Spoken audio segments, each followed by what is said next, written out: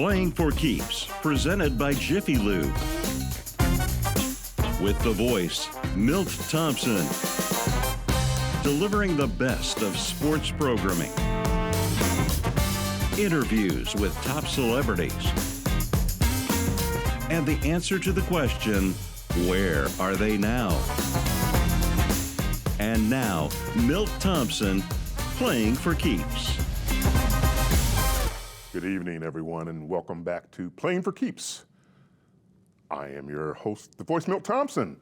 Thank you for being here this evening, and I am re-inspired about television. It's been a while since I've had to pull out that old makeup kit, but you have created so much energy with me that by bringing you some of the best of sports programming all around, and particularly thanking our great sponsor, Jiffy Lube. Thank you, Steve Sanner and all you folks at East Spas, and for focusing upon their big grand opening coming up soon. And Bleaky Dillon Crandall, wonderful folks at my law firm, and soon to be coming along. Hope Training Academy will also be joining our list of sponsors, and I know that you'll all, who are looking in and viewing, recognize that this is a good way to get value back for your services, working with us here on Playing for Keeps.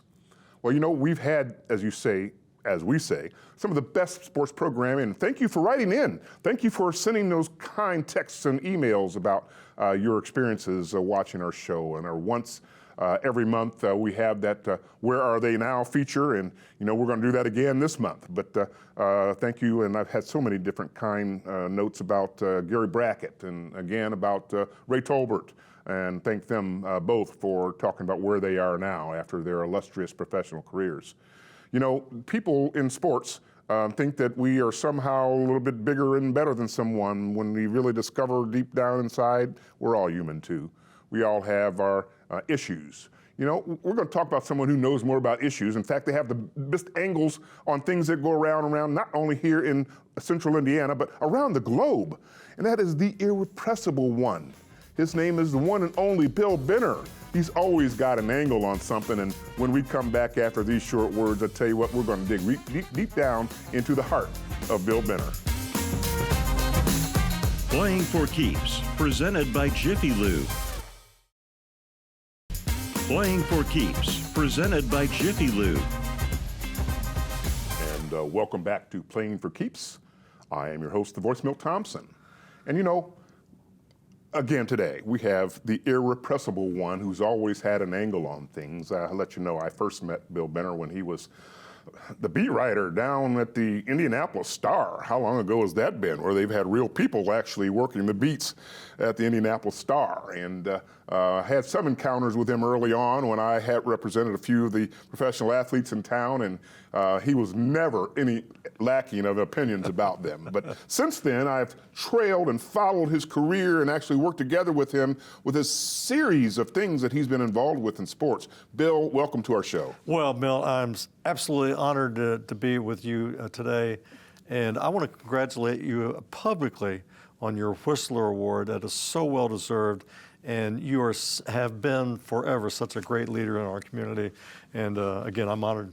Thank you. Well, thank you, Bill. That was a humbling moment. And the folks here at Channel 40 and WHMB, they also had a chance to attend. So I was surrounded by great friends and family, as well as great colleagues. Good. So delighted. Thank you for those kudos. But my kudos are to you, man, because you have had an exemplary career as the irrepressible one. Tell us about your roots in sports journalism, and how that expanded to be one of the top journalists and Olympic representatives around the globe. Well, you know, I believe strongly in the Lord, and the Lord guides you and creates opportunities for you. And sometimes where you encounter an obstacle, an opportunity arises. The obstacle that I encountered was not being able to have enough money. My dream was to go to IU Bloomington. My farmhouse down in Center Grove, set up on a little hill, overlooked Indiana 37. I grew up idolizing Slick Leonard and the Indiana Hoosiers in 1953, the national championship team. I always wanted to go to IU, but when I came out of Center Grove High School, I wrote for the school newspaper. But I didn't have the money to go to Bloomington, so I was going to have to start out at the IU Extension, now IUPUI. Mm-hmm. But I got a job at the Indianapolis Star at nights I was a score boy. and people would call a number, 317-633-1200, and they would get scores, or they would have you settle bets, look up records, and that got my foot in the door. And this guy at the time named Cy McBride, executive sports editor, Jess Smolian was also a scoreboy at the time, Robin Miller. Right. The late Robin Miller. The late Robin Miller, my wonderful best man at my wedding. I did that for a year, and I kept saying, I want to do what you guys do. And the second summer that I was there were people out on vacation, and there was a woman from Greenwood who was a national table tennis champion, and her name was Mary McElwain. And there was nobody around to do this story, and so they said, here, kid, go do it. And so I went and interviewed Mary McElwain and wrote the story and very nervously gave it to Cy, and he marked it up, and he went, you know what? It's not too bad, kid. We'll run it tomorrow. And Now published. and published in the Scoreboy is Indianapolis Star. published. August of 1969. And so I continued on, and they now let me go out and cover an occasional high school game. I worked the desk on weekends and got my foot in the door. Then I saved up enough money to go down to IU Bloomington and get my degree in journalism, and came back, started out covering high school sports for the Indianapolis Star for 3 years, and then got my big break in 1974 when Market Square Arena opened. Dave Overpeck, who had been the Pacers beat writer, wanted to cover hockey. The World Hockey Association team, the Indianapolis Racers. Yes. And so that opened up the Pacers beat, and they gave it to me, and the joyride really began. I covered the Pacers for 6 seasons as the beat writer, and then I graduated, covered high school, college, amateur sports, eventually became a columnist. Covered 3 Olympic Games, Masters, numerous Final Fours, and it was just an absolute joyride from back in 1968 all the way through 2001 when I left. Some would say that that's where you developed a little bit of snark, right? Well, yeah, but I will be very candid, Milt. Toward the end of my time as a columnist, you're supposed to offer opinion. You don't want people to get to the end of a column and go, well, you want to move them. But I was always very bullish on what was happening with Indianapolis, and in terms of sports, the attraction of the formation of the Sports Corporation, the attraction of national and major international events, and the honor, the privilege to cover them. But I got tired of being a cynic. I really did become tired of being a cynic. And some circumstances changed at the newspaper, new ownership. They brought in another columnist who was a little more snarky than I. And in 2001, I just came home one night and I told my wife, I said, it's time to start looking at the next chapter of my life. And fortunately, Dale Neuberger, longtime friend who I'd covered, was president of the Indiana Sports Corporation. His son Eric was on the show. His son Eric, runs Lucas Oil Stadium. They provided me the opportunity to move into the other half, the second half of my professional career. So I went to work as the Vice President of Communications for Indiana Sports Corp. So now I was involved in attracting the events that I used to cover, and it was a great run. And then I went to visit Indy, a director of communications there, with the sports emphasis again on attracting sporting events to Indianapolis. Just had a great run. Piling it on and growing it on, and it goes even further than that. Go back to a couple of snarky moments. Okay. One is when I had represented the center for the Indiana Pacers, and you were covering him. And Did I really call him Brick Metz? You called him Brick Metz. Brick Metz. I think we had a little showdown, and I just said, wait a minute, this guy's going to be one of the top 5 centers in the entire league one day. And you know what? What? You were right. I was right only of that. But he did in the early days have a few mitts of bricks. Yeah. Then others would say that you ran Bobby Knight out of town or out of Bloomington. Well, I always said 2 things. I was more concerned with what Bob Knight was doing to the university rather than for the university. I understand national championships, but I also said if I had to get one coach to win one game, especially if he had inferior talent, it'd have been Bob Knight. Correct. He was a brilliant coach, but he had we had some issues, and I'd like to think that I had the moxie to stand up to some of those issues and try to represent what I thought was right in sports. Now again, Bob Knight is a wonderful man. He developed great student athletes, emphasis on student. And now a new head coach for Indiana. And Mike Woodson, a young man that I knew back in his Broad Ripple days, and delighted to see he's leading the Hoosiers now. But you know, it was a sometimes tumultuous, rocky road, and thank God it was before social media, right? Because people did express their disdain via mail, which I keep. At least it was snail mail, right? Which I still have, and it's quite humorous in retrospect. Yeah, well, Bill, you did make that flying leap over to promoting the events, and Sports Corporation offered you that first opportunity. Right. But that wasn't your last stop on the long road to working with sports around the Central Indiana. Well, and in Visit Indy, then the Indianapolis Convention and Visitors Association, Bob Bedell was head of it. Had Leonard Hoops on here recently. They created their own kind of in-house PR bureau, and they offered Bob Schultz and Chris Gall, who's now there. Chris Gall and I started on the same day, but they wanted, you know, sports tourism is huge in Indianapolis, as we're witnessing with the college football championship currently in town.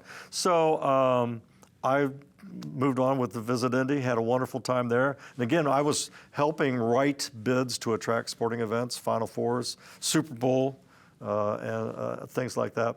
I would have been happy there, but then Butler started having some success, and a longtime friend, John LeCrone, commissioner of the Horizon League, said, you know, Butler and the Horizon League have moved into this new stratosphere. Would you be interested in coming on board and working with student athletes? And I went, you know what, that might be really a great way to move on to my career. So I became associate commissioner for external affairs for the Horizon League. Was there 5 years and would have stayed there. I loved working with the student athletes. But then one day, Rick Fuson, the COO of Pacers Sports Entertainment, said, you mind having a cup of coffee? And I said, sure. So I thought we were just going to talk about sports or Pacers. And Greg Schenkel, who had been the senior vice president for corporate community and public relations for the Pacers, was retiring. And Rick asked me if I would be interested in taking that job. And I said yes. It was an opportunity to work with my brother David, longtime director of media relations for the Pacers. Who's promised to be on this show too, so we'll have David. And that's great. And so, yeah, I did. And that was the last chapter of my professional career. I had a great run, really enjoyed it. I was involved in the successful addition of funds to help improve now Gamebridge Fieldhouse, involved in the All-Star Game bid, some really exciting things. Of course, the Pacers. I was delighted to be direct the Pacers Foundation as we awarded grants and continue to award grants to youth-serving organizations throughout the state of Indiana. That was very gratifying, and just had a wonderful time. But you know, at some time you got to get off the merry-go-round and be with my lovely wife Sherry and do some other things. Well, that's a very interesting thing because the merry-go-round never stops going, Bill. And even though you say that you've quasi-retired, your remarkable progression in helping others. I know that you are special fondness for Special Olympics, and that has been a big part of yours. And I know that you and I have shared the dais several times talking to the emerging leaders around Indianapolis and the Leadership Indianapolis program, and talking about what we know as a rich sports history around here and how they can extend it. And I'm always caught by their questions of you and me during those talks. And they're always wondering, now, what's next? Yeah. What can I do? What can we do to build upon this unbelievable legacy? And I know that our folks out there are going to know what else is next for Central Indiana, as well as the globe. And when we come back from these short breaks, we're going to dig deeper into the irrepressible one that always has an angle on something, and that is our guest today, Bill Benner. We'll be right back here on Playing for Keeps. I am your host, The Voice, Milt Thompson. Playing for Keeps, presented by Jiffy Lube. Playing for Keeps, presented by Jiffy Lube. Welcome back to Playing for Keeps. I am your host, The Voice, Milt Thompson, and we've been having a good discussion with Brother Bill Benner, the irrepressible one. The man's always got a sports angle on something or some way about it. He's had a absolutely remarkable career around here, and quite frankly, we're not going to let him go. He still has many, many things to contribute, and after the Horizon League and after going on, back up to the Horizon League a moment. Yep. You said working with student athletes and Butler's meteoric rise to Yep. the top of the NCAA basketball, which completely changed the face of that entire university. And working and being in the Horizon League, they were not going to be long for the Horizon League. They were going to accelerate even past that. Yeah, and I'll be very honest. It was painful for those of us in the Horizon League to watch Butler go, but I absolutely glorified. Back-to-back Final Fours, appearances in national championship games, and certainly elevated the profile of the Horizon League. But what I really enjoyed, again, and that's that national attention, but the day-to-day work. These are truly student athletes. They're not. They're preparing for their careers beyond college athletic participation.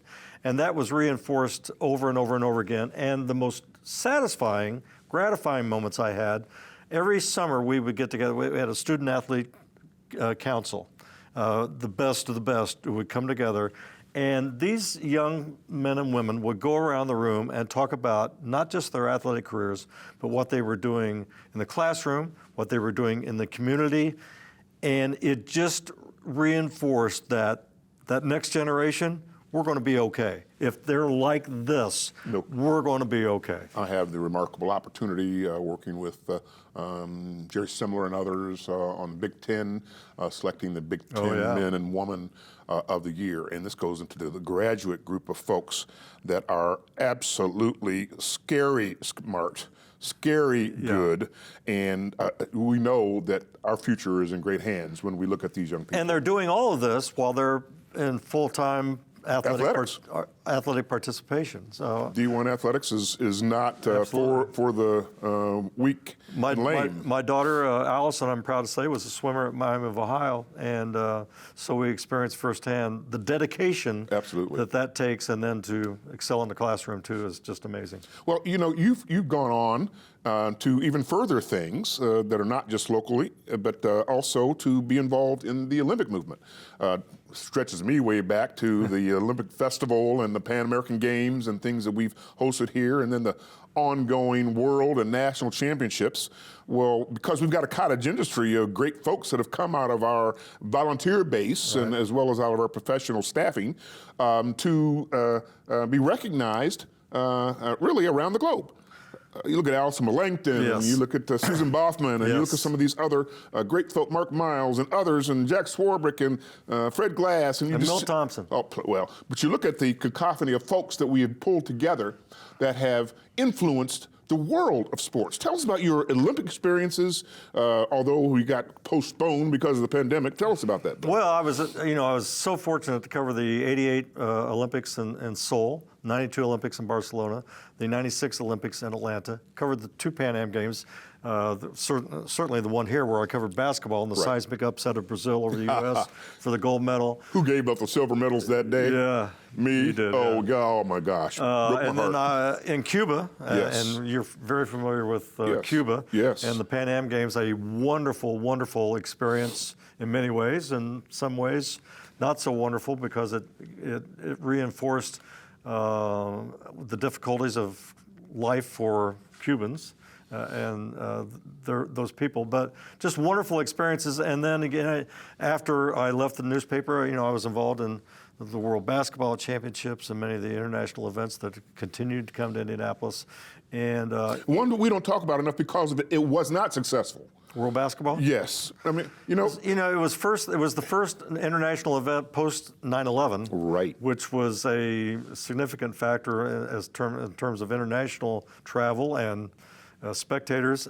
And then number 2, we didn't have a very good United States team. They ended up finishing 6th, and the agreement with FIBA, the Federal International Basketball Federation, was that they got all the commercial rights and all that, and our success was driven by ticket sales, and we did not do very well in ticket sales. But I will say The championship game of the 2000 World Basketball Championships between Argentina and Serbia or Yugoslavia was one. It was an incredible game, an incredible atmosphere in then Conseco Fieldhouse. And so the championship game lived up to expectation. And I've always had a great appreciation for international basketball. And again, that goes back to that '87 game with Brazil beating the U.S. And I fell in love with international basketball. People say, what was the highlight of your sports career? And I say, well, you know, one of the highlights, if not the highlight, was watching Lithuania beat the unified team for the bronze medal in '92 in Barcelona. Well, everybody was focused on the dream team and the gold medal. Of course. But this, in terms of political background and emotion, Had all that drama. And Lithuania is like the Indiana of European basketball. Sure. And we see it right now with Domas Sabonis. Yeah, exactly. Well, Bill, and the reason why I just focus on that sometimes because we're so used to being successful at everything, for the outside world to say, well, did you learn anything from it? And I think the answer to that is a uniform yes. Well, you've continued your journalism career in different ways. You've worked with Gary Dick on Inside Indiana Business. And you had a chance to interview me on one of those shows. And then you also wrote a column for the Indianapolis Business Journal. So you've kind of kept that going. Some other things I learned about you outside of this world of sports, though, is that you have an enormous heart, not only for student athletes, but for just kids in general. Tell us a little bit about that sojourn that you've had with our Special Olympians. If there's an honorarium and it goes someplace, I know where you direct it. Well, you know, my wife was an occupational therapist and worked at Cold Spring School before children with special needs when they were moved to special needs schools rather than being mainstreamed in the school systems. And one day she said, you know, they're having a track meet or something, Special Olympics, a district track meet. We need some volunteers. Would you come? And of course, when your wife says that, you say yes. And so I went, and I was just blown away because it was such the essence of sport. The participation was, they took such joy from merely being able to participate. And so I came home that night, and I went to the office, and I told Cy McBride, I said, I was so moved by this. He said, why don't you write about it? I said, okay. And so I wrote a piece about my experience at the Special Olympics track meet, published the next day. And that began, and so then, even during my cynical, skeptical columnist days, I made it a point once a year, at least, to go write about something involving Special Olympics. When my newspaper career ended, Dennis Schmidt asked me if I would join the board. I did. I've been on the board ever since, sort of 2 years as its chairman. And Special Olympics continues to enliven me, enrich me. I see such incredible things from our athletes, our volunteers, our coaches. Just like you, Bill. It changes. Enliven and enrich all of us here in Central Indiana. You give and you give and you give. And that reminds me of the little work I do with the IHSA Foundation, where we also are dealing with Special Olympians. Champions Together. Champions Together. Wonderful program. Well, I tell you, we have a champion here together with us today. That is the irrepressible one and Bill Benner. And I am so appreciative that you took a little time out of your crazy, crazy busy life and schedule to spend a little time with us here on Playing for Keeps. Welcome back next week. Please keep on writing, keep on listening, keep on watching. I am your host, the voice Milt Thompson, right here on Playing for Keeps.